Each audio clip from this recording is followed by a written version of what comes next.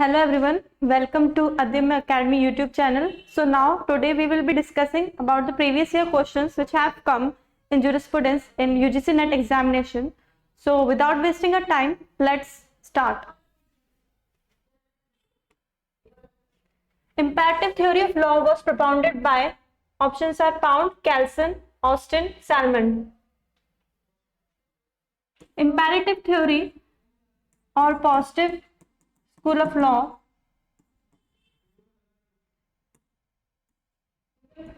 or the command theory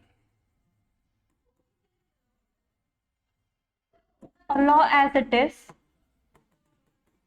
what is given by analytical school of jurisprudence. So imperative theory is a concept which is based in analytical school of jurisprudence, which is given by Austin. Austin is the father of jurisprudence. There is a difference between father and founder of jurisprudence.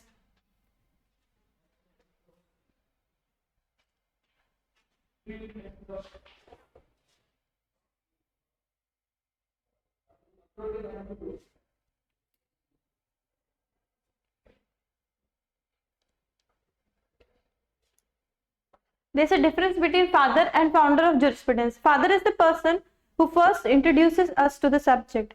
For let us say, for example, Austin is considered the father of analytical school. Similarly, Jeremy Bentham is considered the founder of analytical school. Founder is somebody who discusses on the topic and gives us an idea as to how the subject will move when other proponents will give the idea on the same.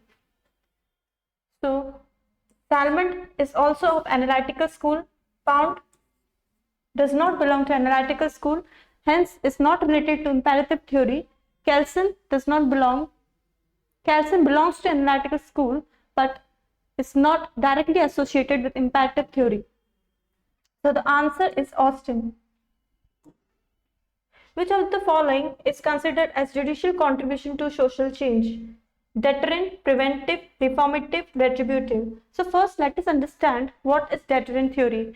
Deterrent means an eye for an eye. For example, we can say that if a burglar steals in a house and for that he has to give a hand of his own by the command of the sovereign. And similarly, in another situation, a bag of gold coins is stolen by a thief, and in that case also the sovereign commands him to the person to cut his hand off. So in both the cases, it is seen that the punishment is such that so as to make the other person not do the crime in the similar situation. So this is what is deterrence. Deterrence means dar. Deterrence, eye for an eye. Preventive theory. What do you mean by preventive? Can we assume that a criminal will not do a crime just because he is not supposed to do the crime? It's not the case, because every criminal has a malefied intention or mens rea in commission of crime which makes him commit the crime. So, in order for him to not commit the crime, it's not just necessary that he should think that he is not supposed to commit the crime, but instead he should have some legal implications which are associated in commission of crime. Then only it will prevent him from committing crime in future. So this is what preventive theory has to say. Then reformative theory. What do you mean by reformative? Let's assume, for example, a 8 to 10 year boy has committed a crime and he has been imprisoned for approximately 10 years in jail. So how much age will he come out from the jail? It will be approximately 20 to 25 years. So this whole time he will not be able to do anything, and in order to re-acclimatize in the society at a young age, it's very difficult for him to re-acclimatize. So in this theory, it focuses on reformation of the victim as well as offender. So this theory focuses on reformation of victim as well as offender. Retributive theory. Retribution, it means that if a crime has been committed by a first-time offender, then the court may think that it's first time, so he should be given a chance. His whole life should not get wasted. 10 to 20 years should not get wasted just because he has committed a crime. Instead, 10 years he should be in jail, and another 5 years his model behavior could be seen in remission of the crime. So this is what retribution theory states. So decreasing the punishment.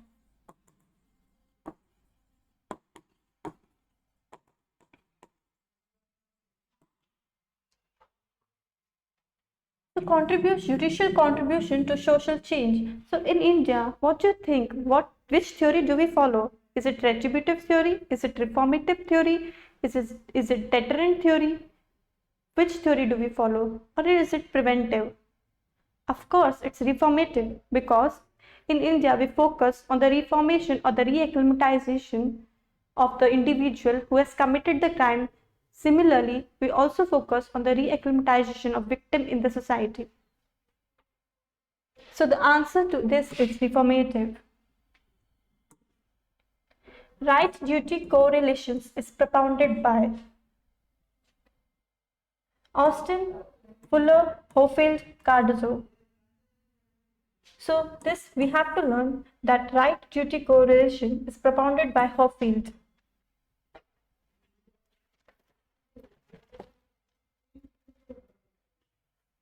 So Hofield gave a theory which is known as jural correlatives.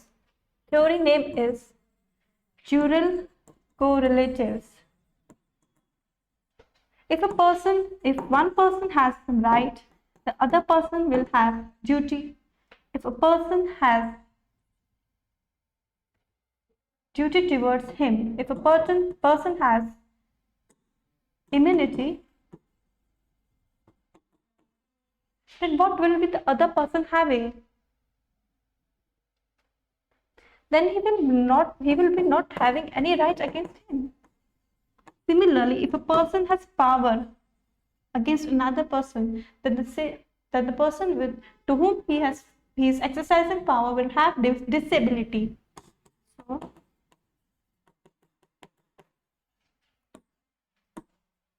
So these are jural correlatives, and right duty, as I have explained, is propounded by Hofield. So the answer is Hofield.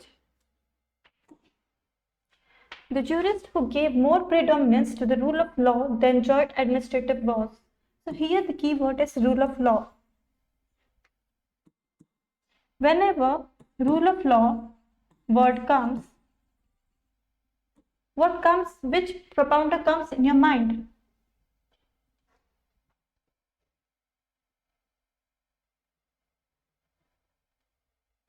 Rule of law as well as separation of law.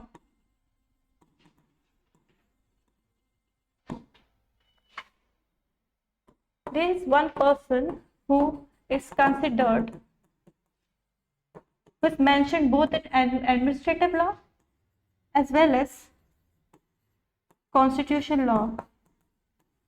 So the person is Dicey.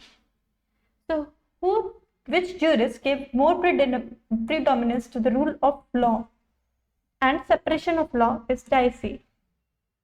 So Dicey is not only considered or is not only studied in jurisprudence, but is also studied in administrative law as well as constitution law. So he gave various theories and definitions related to administrative law. The theory of social engineering was propounded by. So the key word here is social engineering. So whenever social engineering word comes in any statement, the answer will automatically be Roscoe Pound. So the answer is C, Pound. Law is an instrument of social deviance, social change, social status, social exculpation. What do you mean by social deviance? For example, there is law and there is society. So law and society should work together. But if law overtakes, or if law is not synonymous with society, so will law sustain? Of course not. And society will also not sustain. Only one thing will sustain. So this is what is social deviance. What is social change? How the society is progressing, how we see the modern era, and how we differentiate between primitive and modern era. We see there is a society changing, gradually progressing in some aspects. So this is what is happening. So this is called social change. And which is the outcome of social change? Law is the outcome of social change. So answer is B. Law is an instrument of social status. Is that really so? Social status means social upliftment. So does law really help in social upliftment? Not directly. So answer is B. And social exculpation. What do you mean by social exculpation? That society should be strong, should be made strong. So is that the work of law? Of course not. So the answer is B, social change.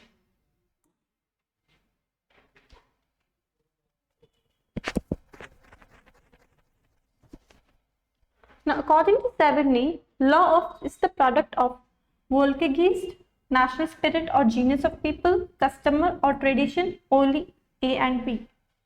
So what's the correct answer? Savigny was a founder, or rather the founder of, the father of historical school of jurisprudence. He gave a theory which is very famous theory known as Volksgeist. So what does this word actually mean? It means common spirit of people. Common spirit here means individual spirit. So there might be confusion with some students that in option 1 it is written Volksgeist and option 2 it is written national spirit or genius of people. So the theory of Savigny focused on individual spirit of people and not national spirit.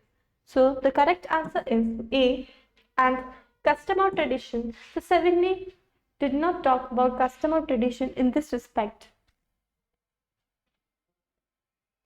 What do you mean by common spirit of people? So if there is a law and there is some circumstances which are prevailing in the society, so there are many individuals which are placed in different situations in society. So how law will take look at the prevailing conditions as well as what individuals expect from the society. So there will be an individual will which will clash with the societal will. So we have to look into the individual will and collaborate it so as to get the society's will. Hence, Kelsen regarded law as natural science, positive science, normative science, physical science. Kelsen belonged to analytical school of jurisprudence. Natural science, as the word suggests, is related to natural school of law, natural law school. Positive science, analytical school. Normative science is given by Hans Kelsen, is related to analytical school of jurisprudence. And physical science is not studied here. So what's the correct answer?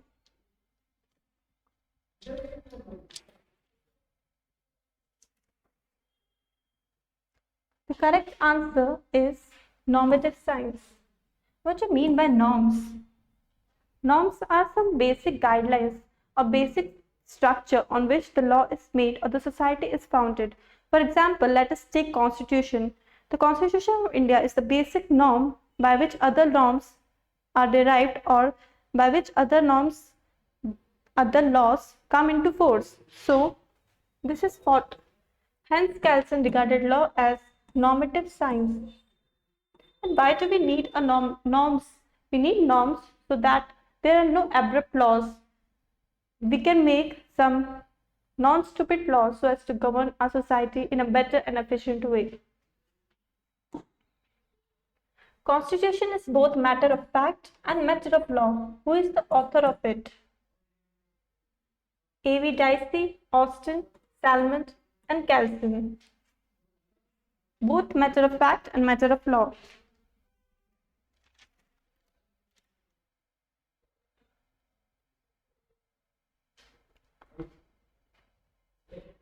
I have given you the answer to this specific question in the previous slide.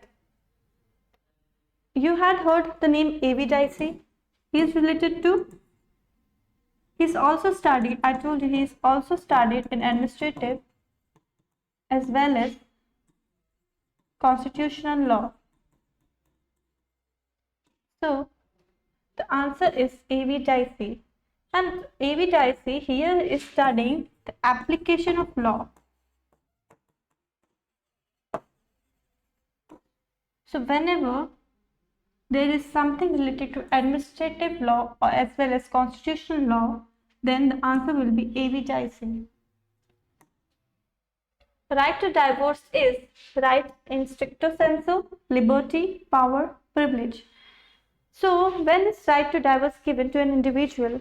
A right to divorce is given only in the case when the individual has got married.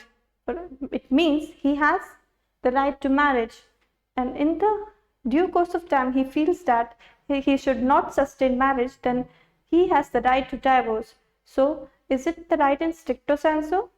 Yes, of course, because it's not a privilege, it's a right which is given. It's not a power, it's not liberty, it's right in stricto sensu. So the answer is right in stricto sensu.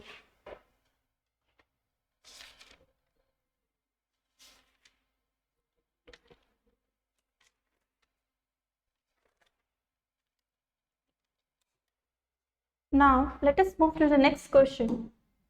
Jurisprudence is law's extraversion. Who said it? I have given you many statements related to the proponent who is the answer of this question, and I have also given you the keyword to remember this. So the answer to this question is Stone. His full name is Julius Stone. Julius, we can tell jurist. Who is a jurist? Jurist is a form of a lawyer. And so we can derive Julius. So jurisprudence is lawyer's extraversion. Who said it? It is told by Julius Stone. So whenever the word lawyer comes, automatically in our mind, the answer will come as Julius Stone. The concept of exemplary punishment comes under which of the theories of punishment? I have already told you what is deterrent theory, what is preventive theory, what is reformative theory, and what is retributive theory.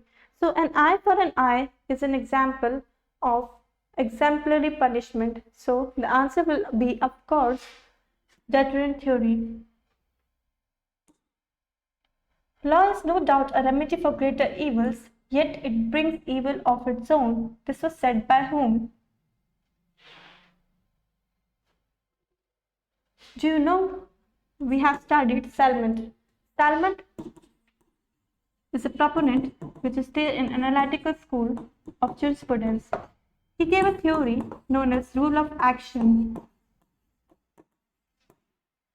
So according to him, there is a law which need to be followed, and it will be followed only in the case if it has some legal consequences or non-appliance of the law. Then only the public or the society will fear that if they don't follow the law, they will face legal implications. So law is no doubt a remedy for greater evils, yet it brings evil of its own. What does it mean? It means that law focuses on eradicating evils from the society so that society is able to govern in a more efficient way. But if a law is made which is not up to date, or which is forward, which is moving very forward with respect to society, then that law can cause damage to the society, or the society will not be benefited with it. So in this case, when the law is supposed to bring many good in the society, it will actually cause evil, as the law actually is not formulated in a better way. So this is what is told by Salmon.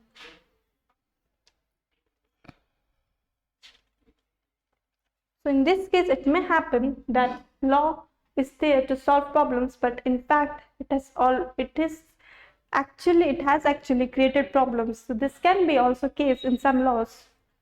So let us now switch to next question. Customs is a sign of positive law was expounded by.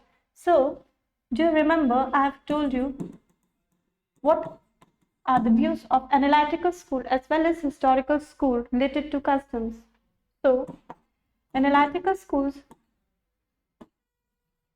considers custom as not a valid source of law, whereas historical school considers customs as a valid source of law. So custom is a sign of positive law was expounded by. So Austin will not be the answer. So of course Savigny will be the answer to this question. So custom is a sign of positive law was given by Savigny. And do you notice that there's a word positive law here? It is to confuse you. Positive law does not mean here what Austin has to tell about law in his analytical school. Positive law here means positive sign of considering custom as a source of law. Legal system is only the sum total of laws, and that one only needs to identify a law was propounded by. So what are legal systems? There are many different kinds of legal systems which are functioning in the world. In India, we have different legal system. Similarly, we have French legal system. We have French legal system. We have common law legal system.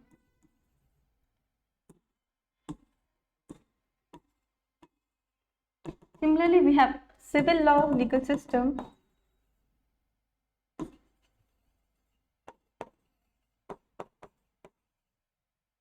And we have Roman law legal system,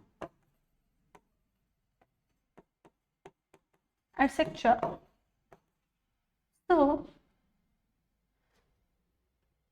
legal system is the sum total of laws. So, what does a legal system do?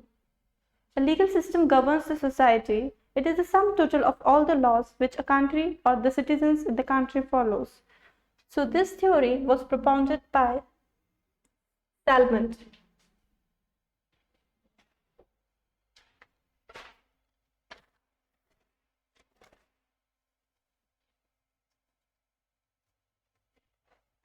Do you think Salmon had propagated this theory? Of course not. Because who is considered as the father of jurisprudence is Jeremy Bentham. Jeremy Bentham is considered the father of jurisprudence. So in Jeremy Bentham told that a legal system which governs a society is the sum total of all the laws in the country. So as a father studies all the schools and all the countries' legal systems, he is able to conclude that legal system is the sum total of all the laws of the country. So this is not given by Salmon, it is given by Bentham. Hypothesis of Grund norm was propounded by.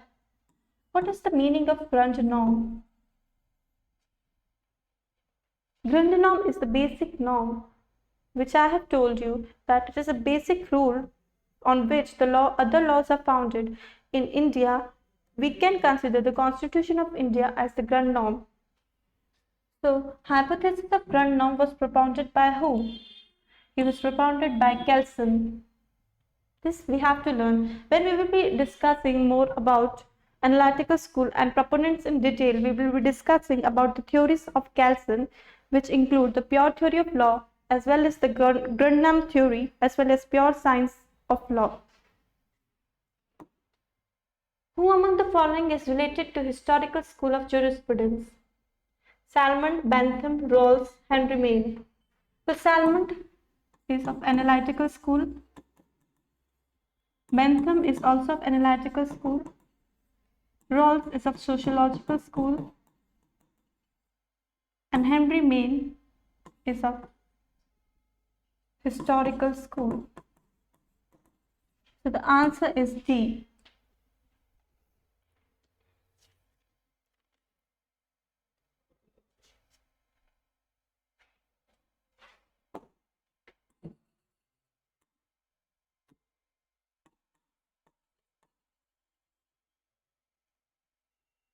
Rawls is of natural school.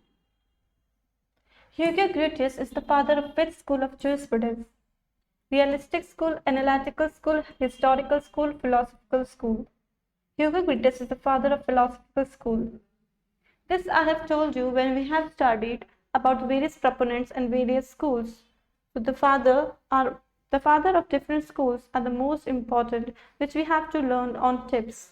So Hugo Grotius is the father of philosophical school. Now could you tell me who is the father of historical school? So Savigny. Analytical school father is Austin. And who is the father of realistic school? Think and then tell me the answer. Erich, of course. Erich is the father of realistic school.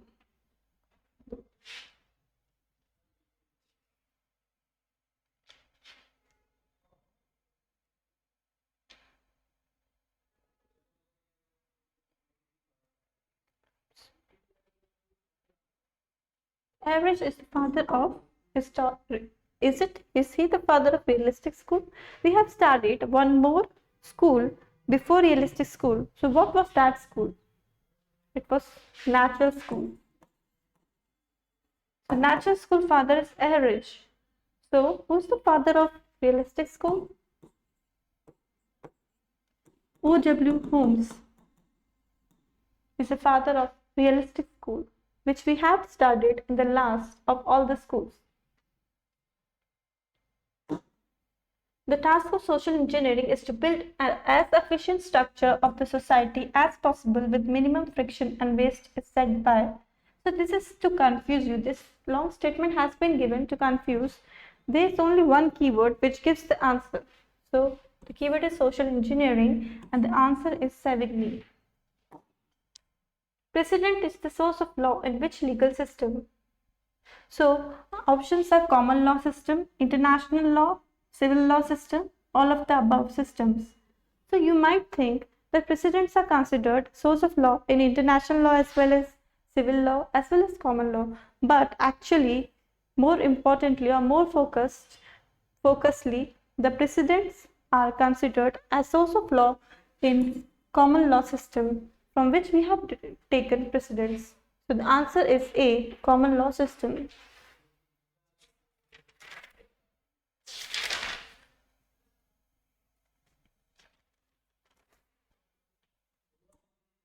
This question is repeated in another way in some other year in the same exam. So Savigny's Volksgeist theory reveals spirit of the people. Who propounded jurisprudence as formal science of positive law? So here you know that Austin's discipline was Holland. And Holland talked about formal structure or formal science of positive law.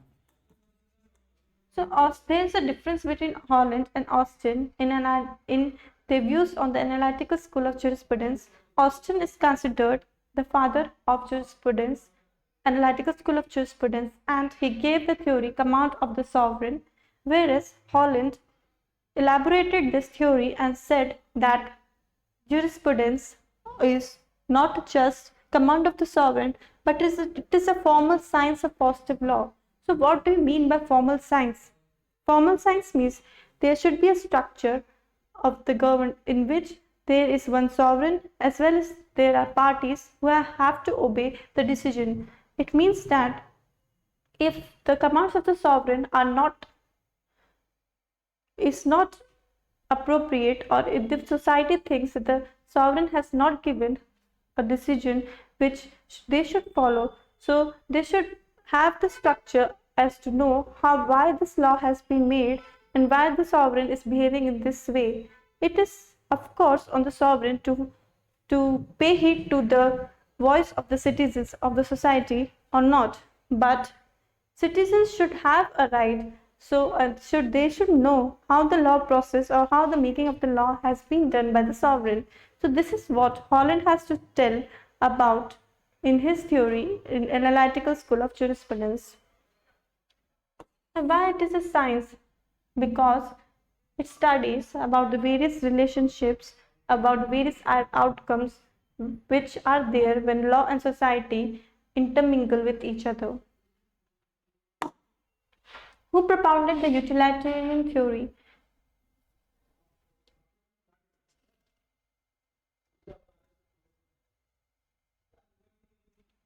What do you mean by utilitarian theory? Utilitarian theory means maximum benefit to maximum number of people. So, utilitarian means maximum benefit to maximum number of people.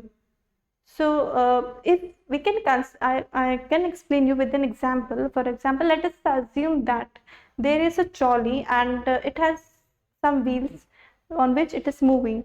So, because of some happening, the wheels got damaged and the trolley is disturbed and it is not able to move in a controlled way. So, there are two lanes. One is lane 1 and another is lane 2. The trolley driver has an option that he can move to lane 2 as well as to lane 1. The lane 1 has 2 people and the lane 2 has 6 people. So, who do you think should the driver save? 2 people or 6 people? The answer is 6 people, because it is we have to see the society, the maximum in society, maximum number of people get benefited. So even if 2 people don't survive, it is necessary that in the lieu of 2 people, 6 people do not die. So this is what utilitarian theory has to tell. But some may argue that who are we to decide that 2 people should not live and 6 people should live? Yes, we are not the people who can decide, but it is for the maximum benefit to the society, and we have to think about the maximum benefit to the society. Who propounded the utilitarian theory? The answer is Bentham. Law must be changed in a manner to get pleasure and to avoid painful change with social circumstances is the contribution of. So here we can see the word social circumstances. So automatically the answer is sociological school. So sociological schools tells that we have to see that if a law has come, how much pleasure it has with it associated with it and how much pain it gives if or non-abidance of the law. So we have to look on the proportional balance between pleasure and pain so as to think, so as to get an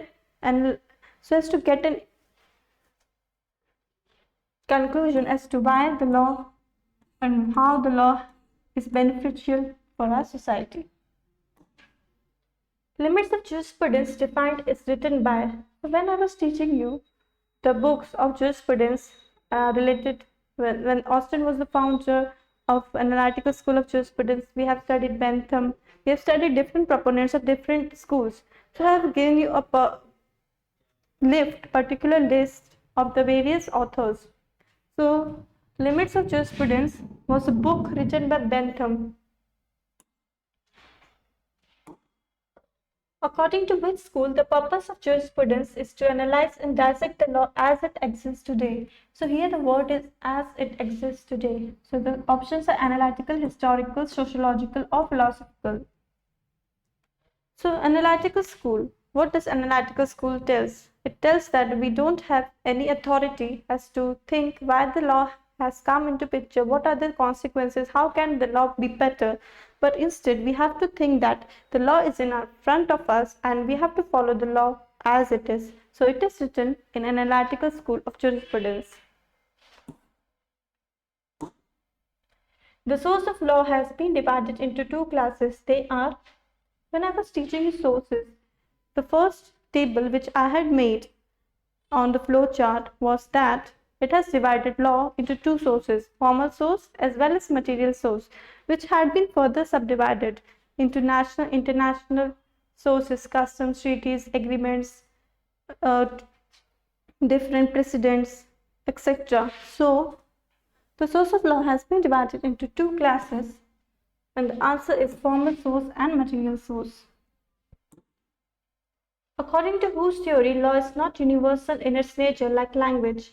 It varies with people and age.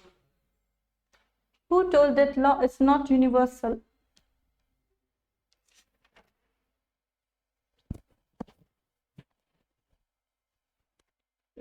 So here we can think that the answer to this question is Savigny's theory. So you might be thinking that the maximum answers are related to sociological school, and the proponent which is having the maximum answers is of course Savigny, because in one or the other way the sentences are turned and formed new questions so as to confuse the students, but the matter or the concept remains the same. So similarly here, according to whose theory, law is not universal in its nature like language, is told by Savigny. Who used the word sociology in reference to sociological school for the first time? So when I was teaching you sociological school, I mentioned that the father of sociological school is Savigny, but the first time sociological concept was given by another person whose name is Auguste Comte. So the father is the person who analyzes the concept in detail, and the proponents take the concept forward. But the first time when the concept comes is the person who first introduced the topic to us. So he is Auguste Comte.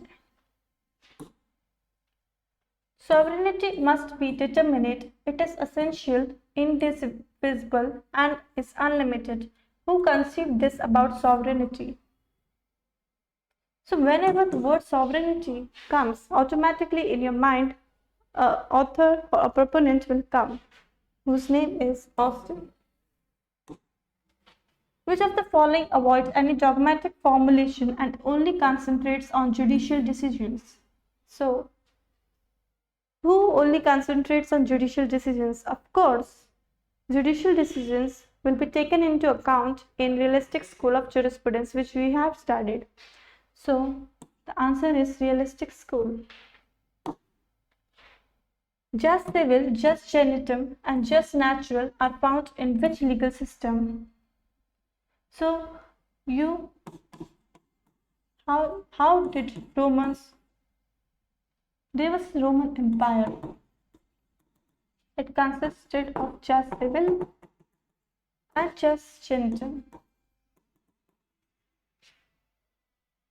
Now, could you guess? Jus civil were the persons who lived in the Rome Empire, who were in the territory of Rome, and on whom the Roman law was there. And jus gentium were the people who were outside the Rome territory and which had some other law with regard to jurisprudence. So, jus civil, Romans territory में and jus civil outside territory.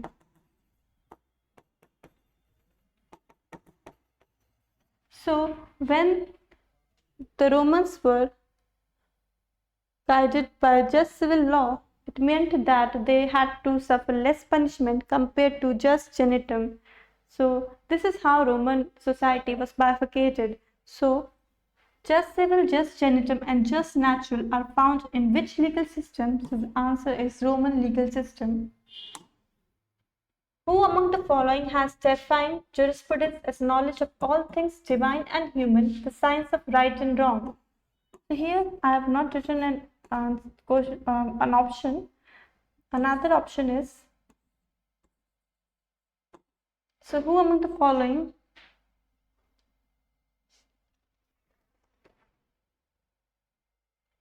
so the answer is Alpian. Alpian gave, from Alpian I have told you the keyword which is utopian, divinity or paradise.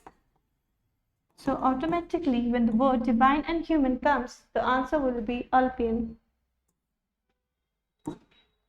Which of the following jurists used the two expressions formal and material to describe the sources of law? This you all might be knowing. What's the answer of this?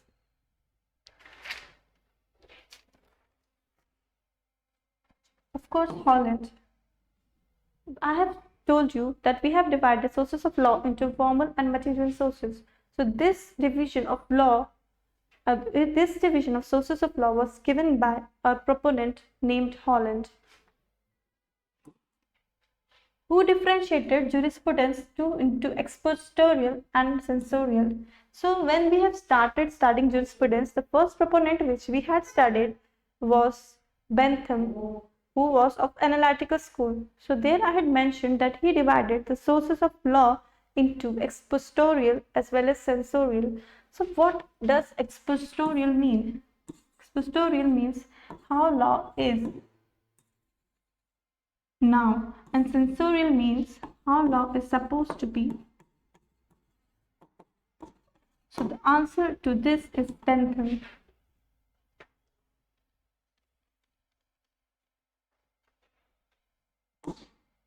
Judges do not make law but only declare what has always been law. This was propounded by Salmon, Blackstone, Wills, Allen. So here we have to look into that judges do not make law but declare. So law is already made. So judges only have to interpret the law or to declare the law as it is. So this was given by a famous jurist which we have not studied because called Blackstone. Which one of the following is not necessary to be fulfilled for a custom to be valid and operative as source of law? So when we have studied customs as source of law, I have explained to you that what are the essential conditions for the custom to be, for a custom to be regarded as a law. So the essential conditions are reasonableness of the custom. It should not be absurd or stupid. It should not be absurd or stupid. Conformity with the statutes of the land. It should have moral antiquity. It should be followed for a very long period of time without any inconsistency, and may not have been practiced continuously is something which is wrong. So the answer is D. Law is not only set of rules but is a method or technique or for harmonizing conflicting interests. Is told by who?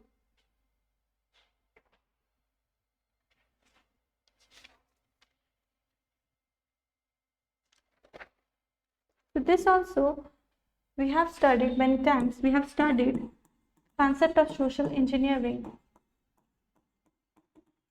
So there are many 67 presumptions which are there in social engineering. This theory was given by Roscoe Pound. In social engineering, there's a there are individuals who are placed in the society. So when two individuals interact with each other, they have to follow certain rules and certain regulations, and they have some model behavior which they have to follow, and they should not infringe the right of one another. So these are some presumptions which help them to happily sustain collectively in the society. So this is what social engineering theory tells? So this is given by Roscoe Pound.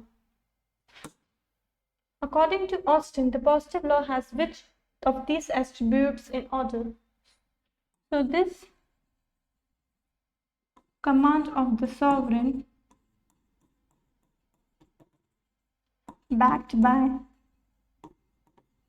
sanction is a theory of Austin. So command of the sovereign backed by sanction. So these three words are against option B. The answer is B. So Austin always focuses on the command which is given by the sovereign and which has some sanction behind it, so that if someone does not follow that command, then he or she will face legal compliances in relation to death. Which one of the theories of punishment studies the psychology of criminal and takes the punishment as social end? So I have told you what this reformative theory tells. Reformative theory tells that if an individual has done some crime which is not applicable, which should not be accepted in the society, so he will face a punishment. But when the offender comes after facing 10 to 12 years of punishment, he or she will not able to acclimatize in the society in a better way. So for this, reformation is done in de-acclimatization camps, in which the individual is made to habitate with the society and to become responsible. So which of the following theories of punishment studies the psychology of criminal and takes the punishment as social end is what is there in India in reformative theory? Much Juristic Inc. has, these are the expected questions. Other were the previous year questions. Now we will be looking into the expected questions. Much Juristic Inc. has been floated in an endeavor to provide a universal acceptable definition of law, but with the little sign of attaining that objective. This statement was made by. So, this statement tells that there should be a one universal definition of law. So, one universal definition of law. Who tells it? Lloyd. So, this you have to learn. Who opined that obviously law can never be defined, but adds that the adherents of legal institutions must never get the struggle to define law because it is capable of definition. Its objective and undisputedly are the maintenance of peace and order. So, who focuses on peace and order? So, law as an instrument of peace and order. So what is law? What is the objective of law? Objective of law is that it should endeavor peace in the society. It should help in maintaining order in the society. So this concept was given by a proponent named as Herman.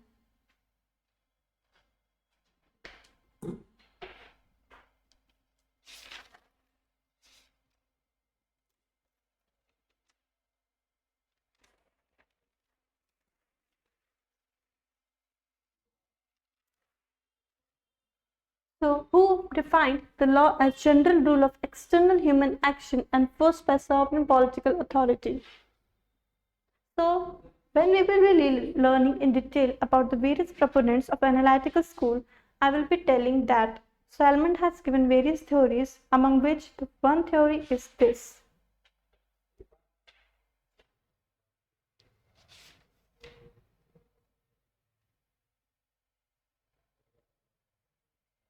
So it's telling that enforced by sovereign political authority. So here what is the key word? Here the key word is sovereign. And what comes in your mind when you see the word sovereign?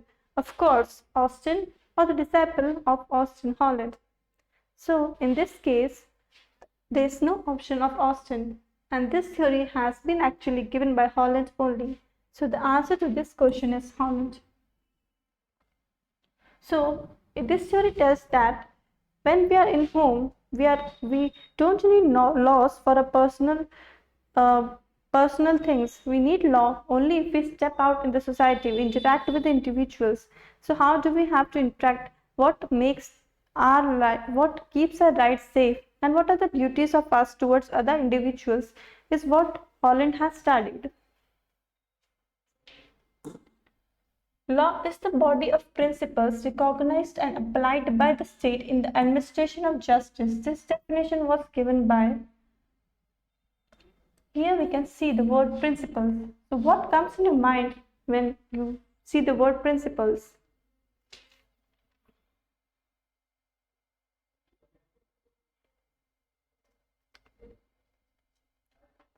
Only one person talked about principles. We have studied that the keyword principle is given by Holland. Sorry, by Salmond. So the answer to this question is Salmond.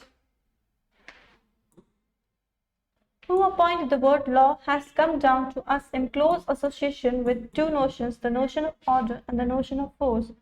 The two notions have been given by which author?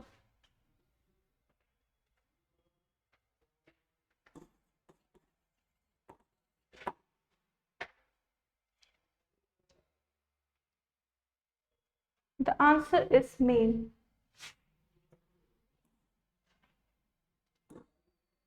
Who among the following was the opinion that attempt to establish a single satisfactory definition of laws to seek to confine jurisprudence within a straitjacket from which it is continuously striving to escape? So, not favor in not favor of single definition of law.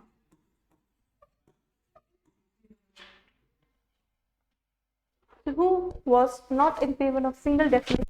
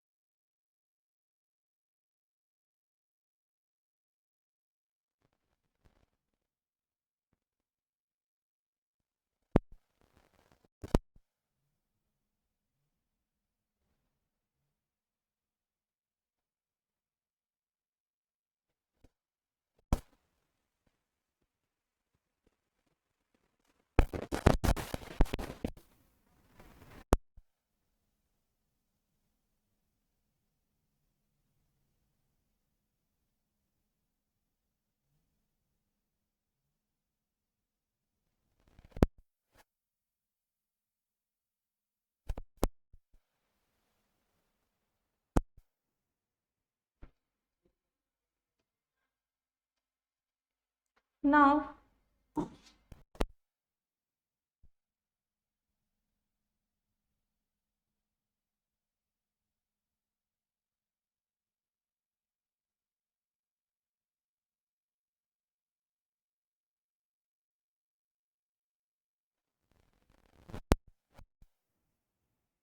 Maud Pinder, which we have not studied because he is not so famous now.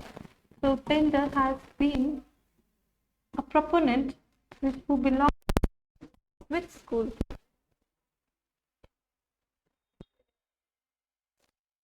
He belonged to Renaissance school of jurisprudence, and he called law as the king of both mortals and immortals. So this question has been asked in that. Who said law is the speech of him who by right commands somewhat to be done or omitted? Who by commands. So who gave this statement?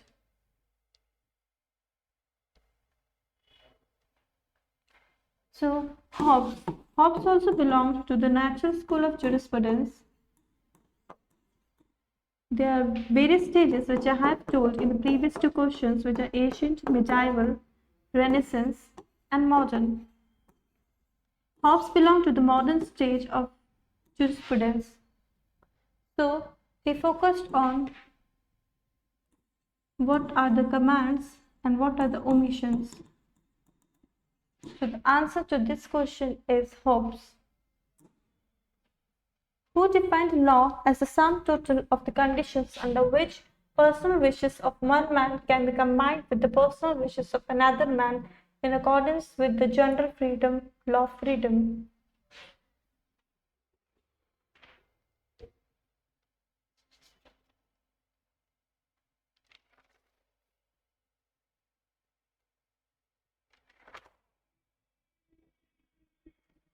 So here both the personal as well as general wish are taken into consideration.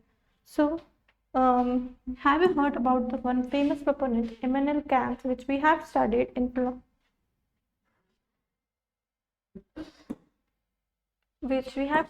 philosophical school of jurisprudence.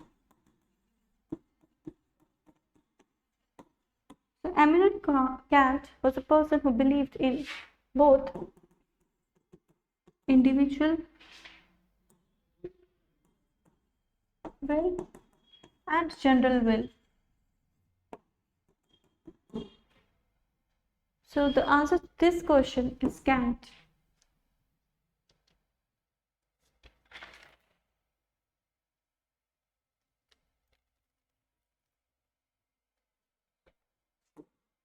Who said that law is the rule whereby the invisible borderline is fixed within which the being and the activity of each individual obtains a secure and free space?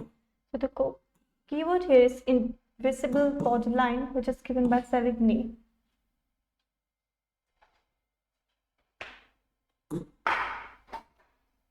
Who said law is the set of rules imposed and enforced by a society with regard to the distributing and exercise of powers over person and things? The answer to this question is Vinogradov, which we have to learn. Who defined law as the de-psychological command?